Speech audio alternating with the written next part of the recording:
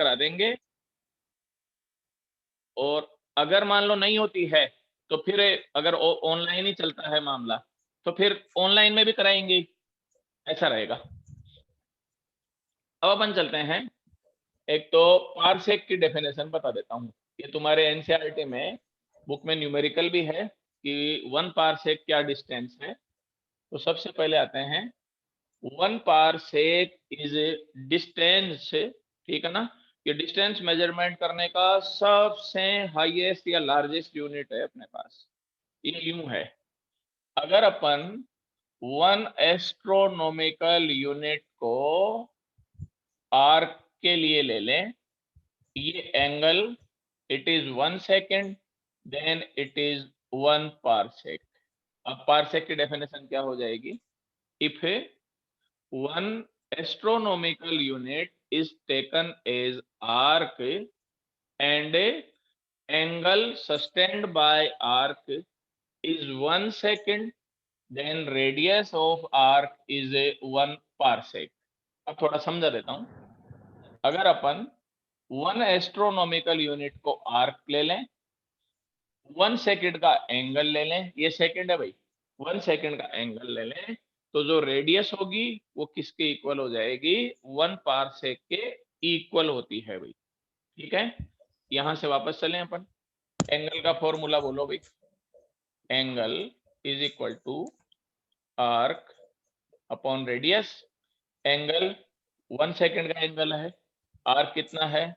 1 astronomical unit है, ये radius, ये 1 पारसेक हो गया।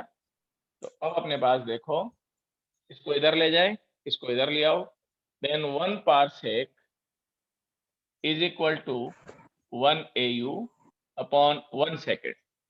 सबसे पहले AU को अपन मीटर में कन्वर्ट करेंगे, फिर सेकेंड को भी कन्वर्ट करेंगे, और सेकेंड को अपने को कन्वर्ट करना है रेडियन में। सेकेंड को अपने को किस में कन्वर्ट करना है? रेडियन में कन्वर्ट करना है भाई।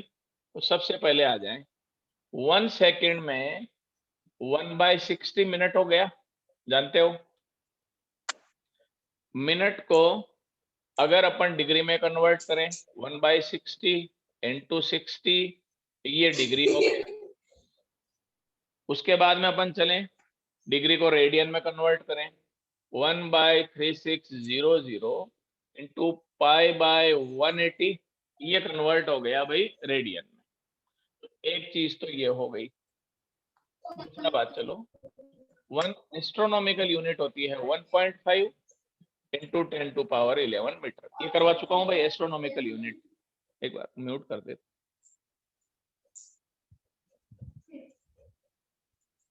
अरे बेटा ये एम रेडमी नोट, ये जो है ना, म्यूट कर लेना बेटा, आवाज आती है तुम्हारे घर से। इसको कर देना, म्यूट कर दे, बस उसी से आ रही है।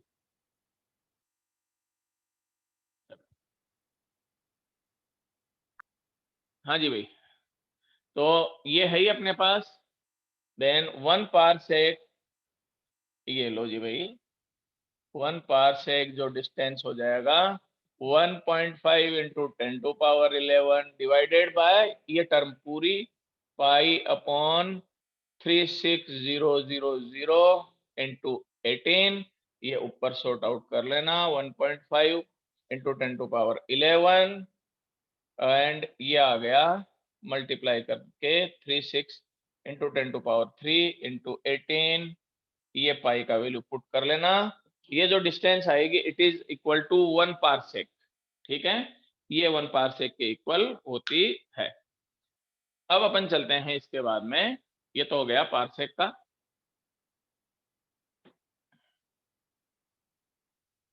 एक है कि अपन मॉलिक्यूल का साइज कैसे फाइंड आउट करें, है ना।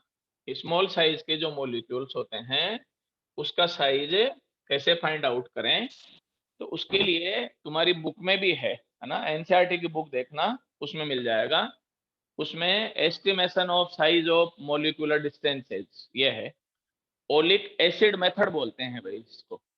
मेथड जो है ये है मॉलिक्यूलर साइज, बहुत छोटा साइज, मॉलिक्यूल बहुत छोटा होता है ना, ये साइज डिटर्मिनेशन।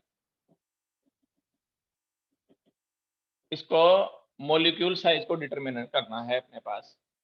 इसमें ओलिक एसिड लिया जाता है भाई, ये ओलिक एसिड है। ओलिक एसिड के मॉलिक्यूल्स होते हैं थोड़े लार्ज साइज के होते हैं, 10⁻⁹ सेंटीमीटर के आसपास का इनका साइज होता है अपने पास, ठीक है। तो ये लार्ज साइज का होता है मॉलिक्यूल। अब अपन चलते हैं कि ये मेथड काम कैसे करता है। सबसे पहले देखो, ये भी भाई एक्सपेरिमेंटल है, मैं कोशिश कर रहा हूँ समझाने की, जितना आ जाए उतना आएगा, क्योंकि केमिस्ट्री का है ये टॉपिक, ये मान लो, पर फिर भी अपन कोशिश कर रहे हैं कि कैसे है। अपन क्या काम करते हैं, ये ओलिक एसिड ले लेते हैं, ओलिक एसिड।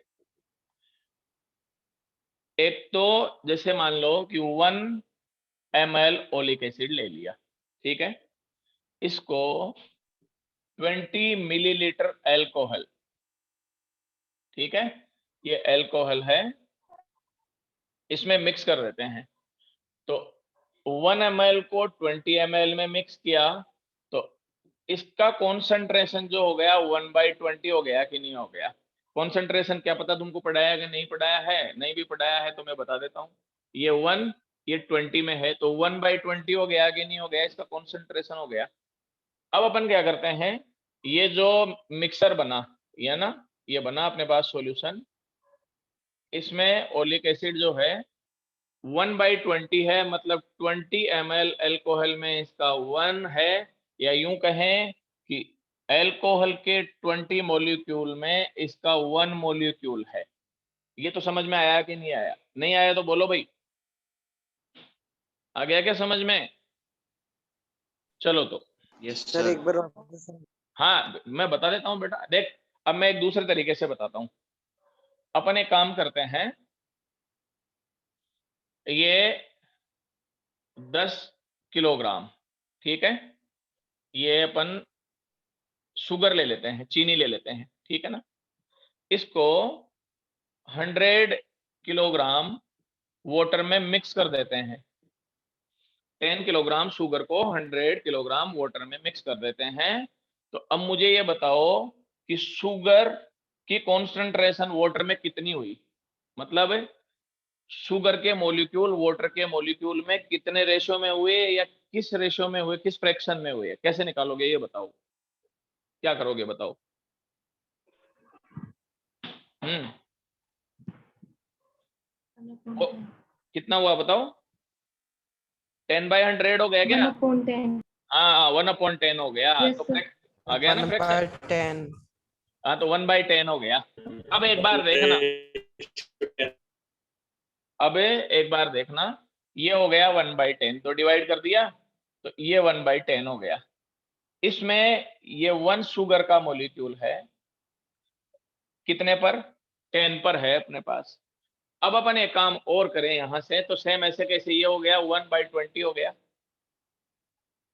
इसमें से ये जो सॉल्यूशन है ना, वापस देखना एक बार, फिर ध्यान देना, इसमें से मैंने 1 ml फिर ले लिया, इस सॉल्यूशन की बात कर रहा हूं अब मैं, और 1 ml को फिर 20 ml सॉल्यूशन में एल्कोहल में मिला दिया। ये इसको फिर बताओ, अब बताओ कितना हो गया, आंसर बताओ मेरे को। 1 ml सॉल्यूशन, इसको किस में मिलाया, वापस 20 ml में मिलाया। तो ये सही किया है क्या? और अगर नहीं समझ में आया तो फिर मेरे को बोल देना, बोलो सही है क्या? Yes, sir. आ गया ना समझ में कैसे? भाई ये 1/20 का सॉल्यूशन था, उस उसको फिर 20 में मिलाया, तो 1/20/20, तो इसका जो आया 1/20 इंटू 20, अगर वॉल्यूम को सेंटीमीटर क्यूब में लें तो इसका वॉल्यूम हो गया 1/20 इंटू 20 सेंटीमीटर क्यूब। ये है इसका सॉल्यूशन की कॉन्सेंट्रेशन पर सेंटीमीटर क्यूब में। अपने पास इतना ओलिक एसिड का अपने जो होगा वॉल्यूम हो जाएगा, तो ये पर सेंटीमीटर क्यूब हो गया। यहां तक क्लियर हुआ कि नहीं हुआ मामला, ये बताओ। चलूं, तो अब अपन चलते हैं, अपने पास फाइनली जो ओलिक एसिड का सॉल्यूशन आया, फाइनल जो आया है ना, वो कितना हो गया, यहां से देखो, ये हो गया ये सॉल्यूशन बन गया इसका 1/20 इंटू 20, ये सेंटीमीटर क्यूब, पर लीटर भी ले सकते हो, पर सेंटीमीटर क्यूब भी चल सकते हैं अपने पास। ये तो बात हो गई इसकी। अब अपन क्या करते हैं, ये मान लो कि कोई वेसल है, इसमें ये पानी भरा हुआ है अपने पास, ठीक है, ये पानी भर दिया अपन ने। पानी भर के इसके ऊपर क्या कर देते हैं, एक लाइकोपोडियम पाउडर आता है। अब लाइकोपोडियम पाउडर क्या आता है, बहुत इजीली समझा देता हूँ। ये जो पाउडर होता है ना अपने यहाँ, तुम लोग ये काम में लेते हो, गमोरियां हो जाती है, नाइसिल है, पॉन्ड्स है, वैसा ही डस्ट आती है, उसको लाइकोपोडियम पाउडर कहते हैं। मतलब ये मान लो कि पत्थर पिसा हुआ है ना, वो वही लाइकोपोडियम पाउडर कहा जाता है। तो लाइकोपोडियम पाउडर वैसा ही होता है जैसे पॉन्ड्स के अपने पास आते हैं ना, डर्मिकूल या जो भी आते हैं, वो पाउडर ले लेते हैं, वो पाउडर इसके ऊपर डाल देते हैं, तो वो इसके ऊपर पूरा का पूरा जो है इसकी वाटर की लेयर को कवर कर लेता है। उसके बाद में अपन क्या काम करते हैं, इस ओलिक एसिड की एन ड्रॉप ले लेते हैं अपन। कितनी ड्रॉप ले लेते हैं, एन, मान लो 10 20 जितनी भी ड्रॉप लेते हैं, वो इसके ऊपर डाल देते हैं। जैसे ही वो एन ड्रॉप डालेंगे, वो फैल जाती है, वही ऊपर पूरी की पूरी एक लेयर बना लेती है। क्या बना लेती है, वो पूरी की पूरी लेयर बना लेती है। तो अब आ जाओ, अगर एक ड्रॉप का वॉल्यूम V है, तो टोटल वॉल्यूम कितना हो गया ये बता दो। टोटल वॉल्यूम हो गया NV, और ये वाला हो गया, देखना एक बार, 20 इंटू 20 पर सेंटीमीटर क्यूब हो गया कि नहीं हो गया। N नंबर ऑफ ड्रॉप हो गया, इसका V हो गया वॉल्यूम, ये 1/20 इंटू 20 इसके कॉन्सेंट्रेशन से मल्टीप्लाई कर दिया अपन ने, तो यहां से आ गया। ये तो बात हो गई इसकी। अब मान लो कि इसके ऊपर ये लेयर बन गई, ये इतनी मोटी, इस लेयर की थिकनेस जो है वो T मान लेता हूं मैं। लेयर की थिकनेस कितनी मान लेता हूं मैं, T मान लेता हूं। तो सबसे पहले अपन चलें, एक चीज जानते हो तुम, वॉल्यूम का ये फॉर्मूला होता है क्या, नहीं समझ में आया तो बोलना रे भाई तुम। L into B into H होता है, LBH। अब एक बार देखना बेटाओ, L इंटू बी को एरिया लिख सकता हूं क्या, ये लिख दिया मैंने, एरिया लिख सकते हैं, तो ये H हो गया।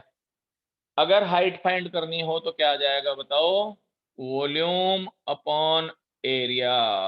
ये लो, ये तो हो गया वॉल्यूम।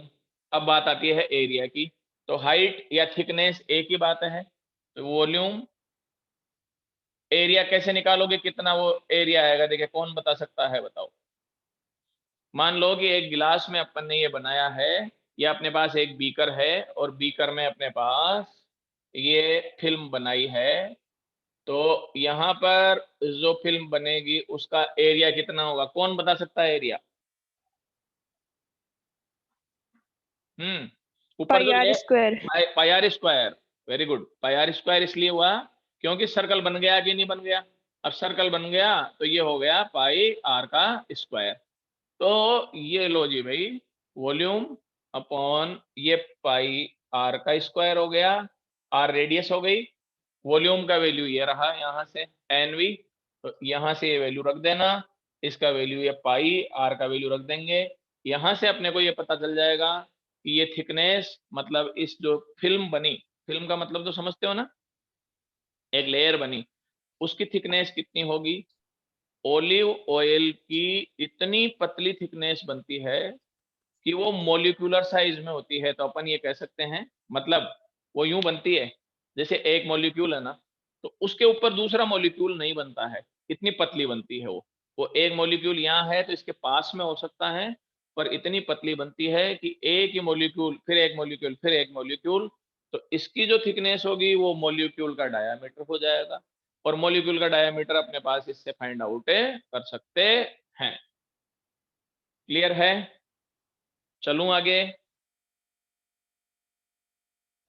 थोड़ा सा एनसीईआरटी में से पढ़ना इसको, आज ही पढ़ना।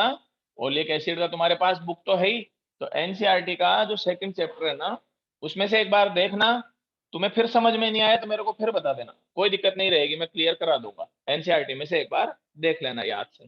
हाँ जी भाई। नेक्स्ट एक एग्जाम्पल बता रहा हूं भाई मैं तुमको। इफ ये एनसीईआरटी की बुक के एग्जाम्पल है भाई, मॉड्यूल के भी एग्जाम्पल यही रहते हैं, और मॉड्यूल में भी ऐसे ही मिलेंगे। तुम लोगों में से कुछ बच्चों ने मॉड्यूल के सोल्व भी किए होंगे। मॉड्यूल के एग्जाम्पल तुमको आने लग गए कि नहीं आने लग गए, एक तो ये बताओ भाई, मॉड्यूल के क्वेश्चन आते हैं, आने लग गए या नहीं आने लगे? ऐसा तो नहीं है ना भाई बिल्कुल ही नहीं आ रहे हो? सोल्व किए थे क्या? किसी ने भी नहीं किए?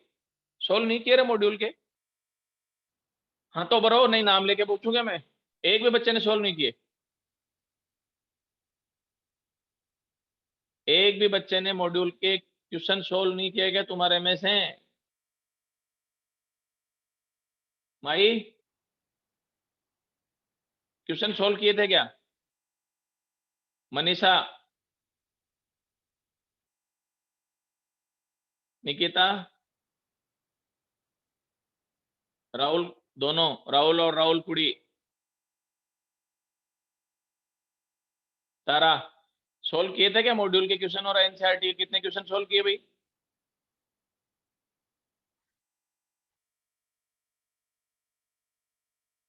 किसी ने नहीं किए? कोई बात नहीं है, आज आज का टाइम दे रहा हूं मैं, आज और कल का, परसों तुम्हारे घर पे कॉल कर दूंगा, और फिर वहीं से एक बार बात भी करा लेंगे कि भाई ये कितना सोल्व कर रहे हैं या नहीं कर रहे हैं। एनसीईआरटी की प्रॉब्लम मेरे को 3 दिन में सोल्व कर मिलनी चाहिए, 3 दिन का टाइम दे दिया है तुमको, 3 दिन में मेरे को एनसीईआरटी की प्रॉब्लम सोल्व कर लेना, मॉड्यूल के भी क्वेश्चन सोल्व करना, ठीक है? नहीं आए वो मेरे को व्हाट्सएप पे डाउट लिख के भेज देना। ये 3 दिन का टाइम आज से चालू हो गया है तुम्हारा, एक दिन तो आज का ही है, बार बार नहीं कहूंगा मैं। हाँ जी भाई। इफ है V is equal to given है 20 plus 0.4 volt and I is equal to 10 plus 0.2 ampere, then find out a percentage error in a resistance, percentage error in a resistance। हाँ जी भाई। अब एक चीज तो जानते हो, 10th में पढ़ा है, R इज इक्वल टू क्या होता है? V upon I। तो सबसे पहले आ जाओ, V में एरर कितना है? डेल V 0.4 हो गया। इसमें एरर कितना है? प्लस माइनस, ये लो प्लस माइनस ले लेते हैं अपन, तो प्लस माइनस 0.4 है। डेल आई में एरर है प्लस माइनस 0.2 है। तो हाँ जी भाई, डेल्टा आर अपॉन आर, कौन बोलेगा फॉर्मूला? बताओ भाई, एरर का फॉर्मूला क्या आएगा? अरे बोलो तो सही, अब तुम, कोई दिक्कत नहीं है, सॉल्व कर लेना 3 दिन में, आंसर तो बोलो, बोलो बेटा डेल्टा खटाक से। वी हाँ, डेल्टा वी अपॉन वी, और आगे बोल। Delta I upon I. Delta I upon I, very good. तुम जानते हो ये डिवीजन की एरर है भाई, है ना? एरर है डिवीजन की। कैसे? तो plus minus delta V upon V plus minus delta R upon delta I upon I. अब देखो एक बार, ठीक है? तो इसका वैल्यू निकालना है, तो परसेंटेज में लाना है, ये 100 से मल्टीप्लाई कर देना। तो प्लस माइनस डेल वी का वैल्यू 0.4 अपॉन 20 प्लस माइनस आई का वैल्यू 0.2 अपॉन 10, इसको 100 से मल्टीप्लाई कर देना, ये आंसर आ गया भाई अपने पास। परसेंटेज में एरर आ जाएगा, तो ये परसेंटेज एरर इसमें फाइंड आउट कर सकते हैं। समझ में आ गया बेटाओ? चलो आगे बढ़ता हूं मैं। हाँ जी भाई, एक चीज और बताता हूं, example. If A radius of solid sphere decreases with rate of 2%, then find out rate of decreases in area and a volume. देखो भाई, सबसे पहले अपन चलें, radius of solid sphere decreases with rate of 2%, then find out rate of decreases in area and a volume. Rate of decreases, decrease है तो plus आएगा या माइनस आएगा, पहले तो ये बताओ। क्या लिखूं भाई? प्लस। है माइनस? प्लस। माइनस आ गया। प्लस प्लस नहीं आएगा, डिक्रीज हो रहा है तो माइनस। माइनस। माइनस, अरे कोई चीज अगर कम हो रही है तो माइनस, और कोई चीज बढ़ रही है, इंक्रीज हो रही है तो प्लस। तो रेडियस में आ गया तो डेल्टा आर अपॉन आर, कितना परसेंट गिवन है? 2%। इसको माइनस में 2% लिख देना, पहली बात तो ये डिक्रीज हो गया। माइनस में 2%, डेल्टा आर अपॉन आर कैसे आया? क्योंकि रेट ऑफ डिक्रीज ये दे रखी है अपने पास, रेट ऑफ डिक्रीज है, ठीक है। अब चलो, एक तो एरिया, एरिया सॉलिड स्फीयर का 4 पाई आर स्क्वायर होता है। देखिए बताओ भाई क्या आएगा answer? Delta A upon A find out करना है, बोलो भाई कितना आएगा? फॉर्मूला बोलो कटाक से ही। मेहता, हाँ बोल भाई, विष्णु बोल।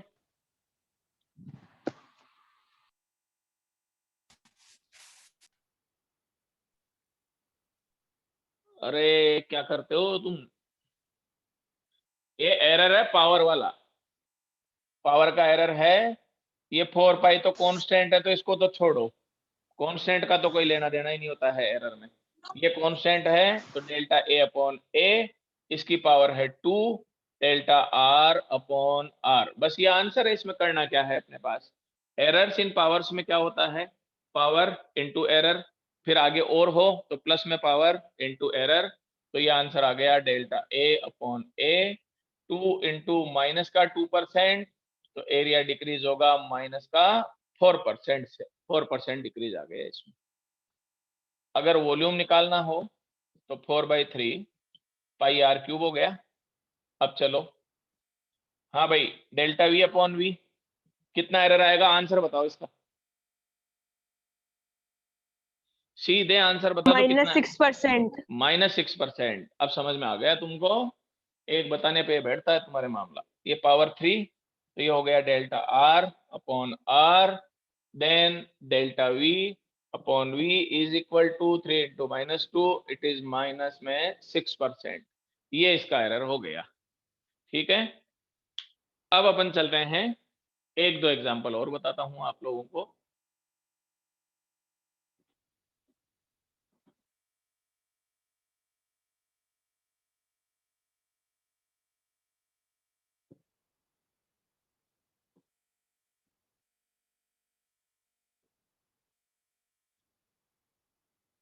देखो, if A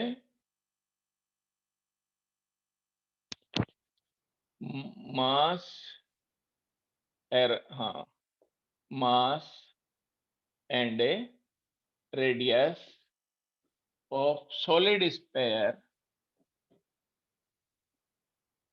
is a given, m is equal to 10 plus minus 0.2 and r is equal to 20 plus minus 20 plus minus 0.4, then find out percentage error in density। हाँ जी भाई, डेंसिटी का फॉर्मूला बोलो क्या होता है? क्या होता है डेंसिटी का formula? Mass upon by volume. Volume. Mass upon mass upon volume, तो m बाई वी हो गया।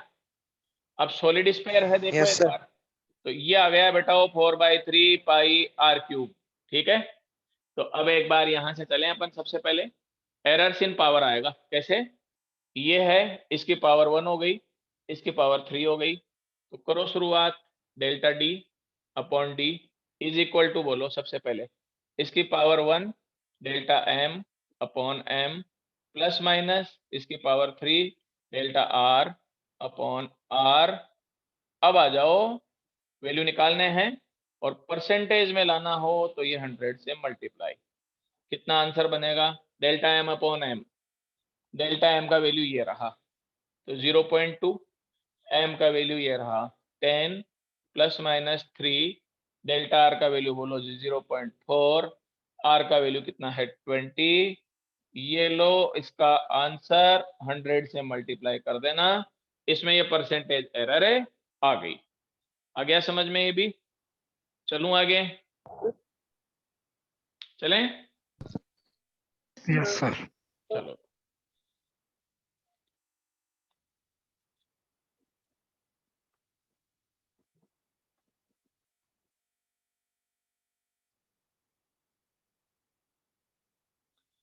उसके बाद में अपन चलते हैं, एक दो एग्जाम्पल तुमको मैं एनसीईआरटी के मेरे हिसाब से ही बता देता हूँ, जो टिपिकल है, जो तुमको थोड़ी सी दिक्कत रह सकती है, तो मैं पहले ही बता देता हूँ, क्योंकि अपने पास चैप्टर जो है ना ऑलमोस्ट कंप्लीट है भाई ये, तो वो बता देता हूँ। थोड़े से टिपिकल एग्जाम्पल है वो बता देता हूँ। हाँ जी भाई, एनसीईआरटी का एक एग्जाम्पल है 2.15, अभी बता देता हूँ, तुम देख लेना बाद में। 2.15 है एग्जाम्पल नंबर, न्यूमेरिकल नंबर 2.15 है। देखो भाई, उसकी लैंग्वेज समझ में नहीं आएगी तुम्हारे तो कि वो कहना क्या चाहता है, तो उसमें क्या लिखा हुआ है उस लैंग्वेज को मैं मेरे वर्ड्स में बोल देता हूँ, ठीक है ना। वो लैंग्वेज जो उसमें लिखा हुआ है वो यूं है, आइंस्टीन जो साइंटिस्ट हुए हैं उन्होंने एक इक्वेशन दी थी भाई, आइंस्टीन ने एक इक्वेशन दी थी, ठीक है ना।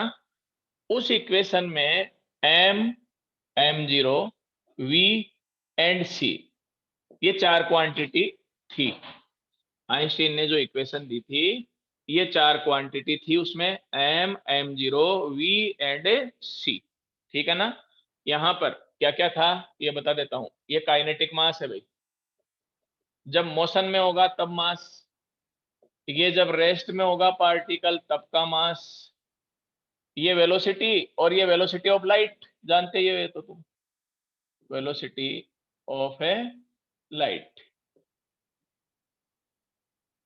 अब ये वेलोसिटी ऑफ पार्टिकल।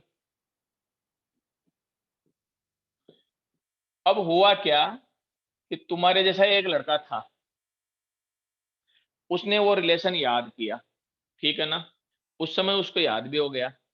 2 दिन बाद में उसको पूछा, बोले वो रिलेशन बता, तो उस लड़के को ये तो याद है, बोले हाँ ये चार क्वांटिटी है। अब उस लड़के ने ये रिलेशन लिखा, बोले ये है रूट में 1 - v², पर वो लड़का ये भूल गया, बोले मैं सी कहाँ लगाऊं, ये उसके दिमाग से ही निकल गई भाई, बोले अब ये सी रह गया। उसको ये भी याद है कि ये चारों है उसमें, पर उसको ये फॉर्मूला इतना तो याद रह गया। अब वो ये लड़का कह रहा है कि मैं तो ये भूल गया, भाई ये सी को कहाँ लगाऊं, तो तुम बताओ इस सी का कहाँ एडजस्ट करें। तुम ही हो वो लड़के, तो इसको कैसे एडजस्ट करें, इस सी को बताओ, देखें क्या तरीका हो सकता है सी को एडजस्ट करने का। हम्म, बोलो। देखो नहीं आया तुमको समझ में, डायमेंशन सर मेथड का। Dimension formula. हाँ, डायमेंशन फॉर्मूला से ही तो आएगा, तो ये तो बता देगे क्या होगा, कहाँ कहाँ एडजस्ट करूं। भाई ये तीन चीजें तो एडजस्ट कर दी, और लड़के ने कहा बोले ये मैं भूल गया, ये इसको कहाँ लिखूं, वो कहाँ लिखे इस लड़के को कि वो इसको कहाँ लिखे काम हो जाए उसका, ये बता दे, बोलो। भाई वो कहाँ लिखे कि उसका काम हो जाए बेचारे का, देखना मैं तरीका बताता हूँ। पहले LHS आ जाओ, ये लेफ्ट हैंड साइड, ठीक है ना। इसमें मास है तो M1 हो गया, ये राइट हैंड साइड है पूरा ही, ये RHS है। इसमें ये भी मास है तो ये M1 हो गया, इधर M1 उधर M1, इसका मतलब ये काम तो यहीं तक खत्म हो गया। इसका मतलब ये जो टर्म है ना, ये क्या होनी चाहिए, अब मेरे को ये बताओ। क्या होनी चाहिए भाई, कौन बताएगा? ये नीचे वाली टर्म क्या होनी चाहिए? 1 वन डायमेंशन लेस। वन का मतलब डायमेंशन लेस। वन का मतलब क्या होना चाहिए? डायमेंशन लेस होना चाहिए इसको। तो 1 - v², ये होना चाहिए m0, l0 और t0 होना चाहिए इसको। अगर देखो ये डायमेंशन लेस है राइट हैंड साइड, तो ये भी डायमेंशन लेस होना चाहिए, और ये वाली टर्म भी डायमेंशन लेस होनी चाहिए, पर ये डायमेंशन लेस नहीं हो रही है। अब बताओ देखे क्या करे वो लड़का, अब तो बता दो। हम्म